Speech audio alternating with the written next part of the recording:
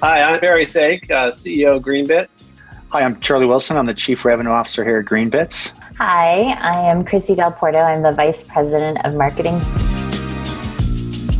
What's really exciting about Greenbits for me is I was really looking forward for a place where I could join a product-driven company that was focused on catering to small businesses and medium-sized businesses, working hard on making sure that our product meets the needs of small business owners and make sure they're secure their family and earning a great living. And with Greenbits, we have the interesting nuance of all of that is true. We're building software that runs dispensaries, which by and large are small businesses. But we also have some of the nuances of the cannabis industry that make it really dynamic and exciting. And it was kind of a question of a function of timing as well as the intersection of two passions. So I happened to be working in Denver, Colorado, kind of around the period in which Colorado was legalizing recreationally. So I had kind of a firsthand view into what was happening with the regulated cannabis industry. And then secondarily, my prior experiences largely in payments and financial services was serving small businesses. So you kind of bring those two things together. Cannabis, grossly underserved with financial services and payments, largely made up of small and mid-sized businesses. And there's a great intersection of experience that I could bring to bear and problems to solve.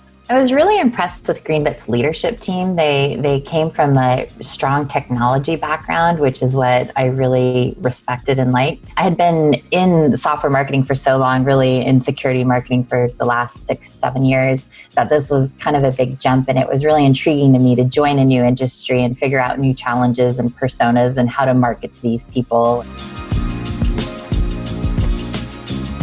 So what stood out for me when I started diving in and looking at Greenbits versus other technology companies in cannabis is, Greenbits really is built by Silicon Valley software people. It's very professionally built and run organization. When I go to work, it feels like a regular software company that I've worked, like lots of startups I've worked at in the Valley here. But that also then reflects in how the product is built, how the company's managed, how the processes are built to run the company. It's all very much like any software startup in the Valley. Fast-paced, a lot going on, but using all the modern tools and building things in a real scalable way so that we can ensure the reliability of our product. I've come from some experiences where you've got very kind of conservative financial services organizations, but also a lot of kind of high energy, disruptive startups. I think cannabis, falls into the latter category. A lot of, kind of laying the foundation, constructing and building an industry, ton of respect for these operators in particular, as well as everyone in the industry in the sense that, look, they're having to take on challenges and be incredibly resilient, incredibly adaptive. It's a big endeavor, and it's really cool to see. I would say the two most unique challenges are, one, because of it not being federally legal, the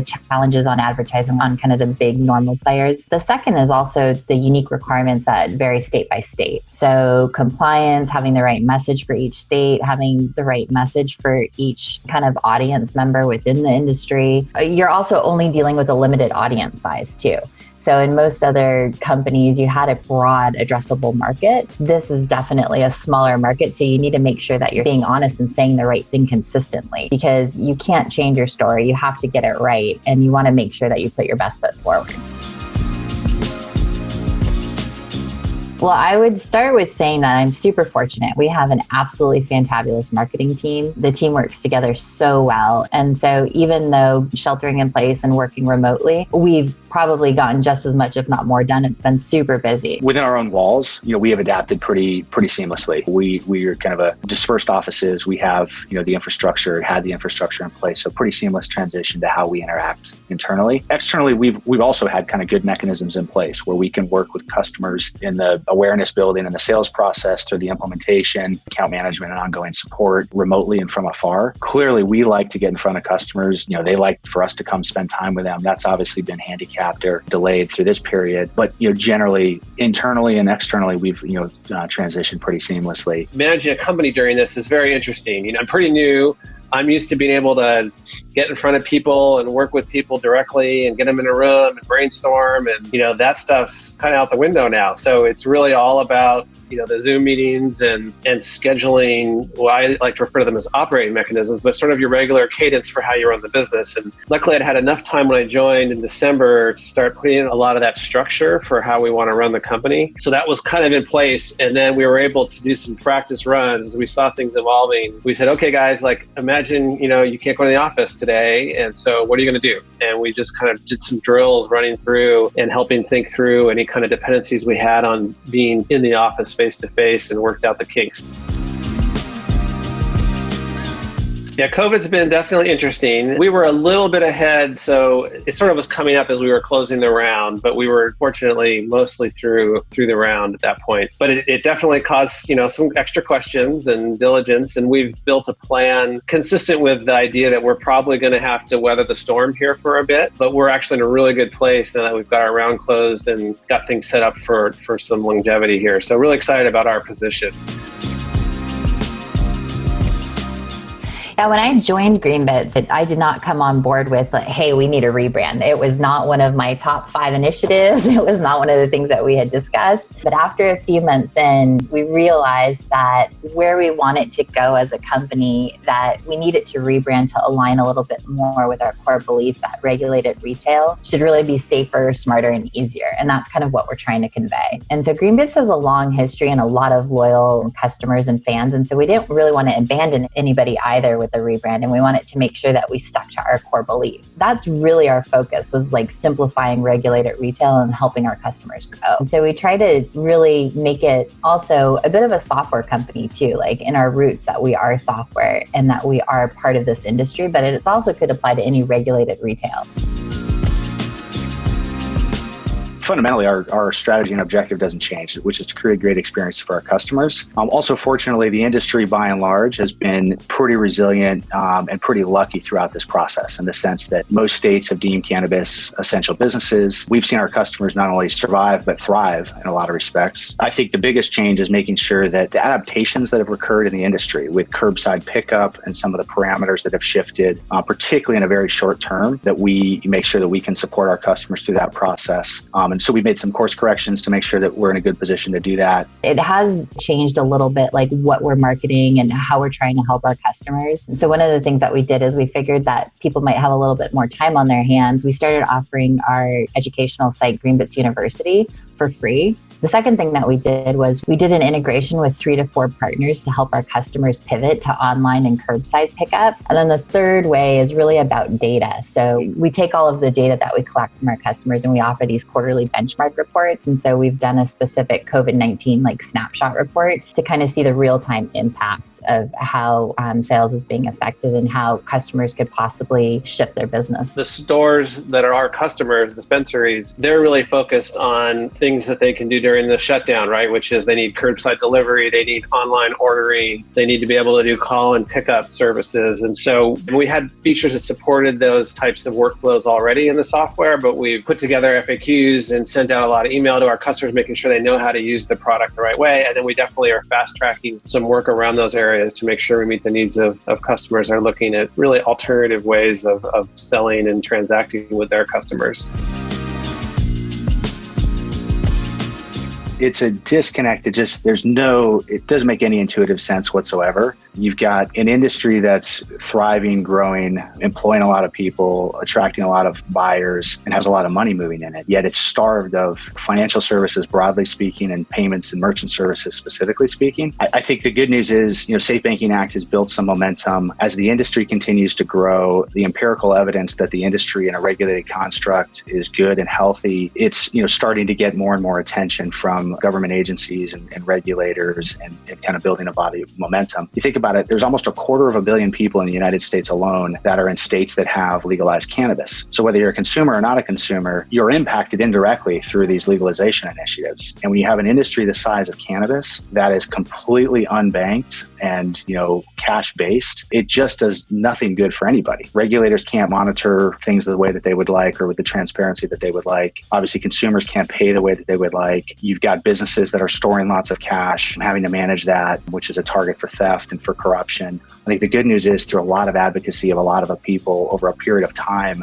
these initiatives are gaining steam. You talked about the Safe Banking Act in particular, piece of legislation. It's made its way through the House, kind of slowed down in the Senate late last year. It came up in one of the relief packages that's being kind of debated or contemplated. I think, later this year, probably more likely next year, it works its way through, and that sets in motion kind of the necessary safe harbor to open up some more of these services. But it's a much needed resolution. And the good news is, as the industry continues to grow and thrive, it gets the attention. And if you look at it in a truly balanced and empirical sense, there aren't many good arguments not to support something like this for an industry that has this much dollar volume moving through it, and an industry that is certainly here to stay. from a dispensary standpoint, they're all super busy. Like we're seeing continued 35% higher sales at all of our customer stores since February.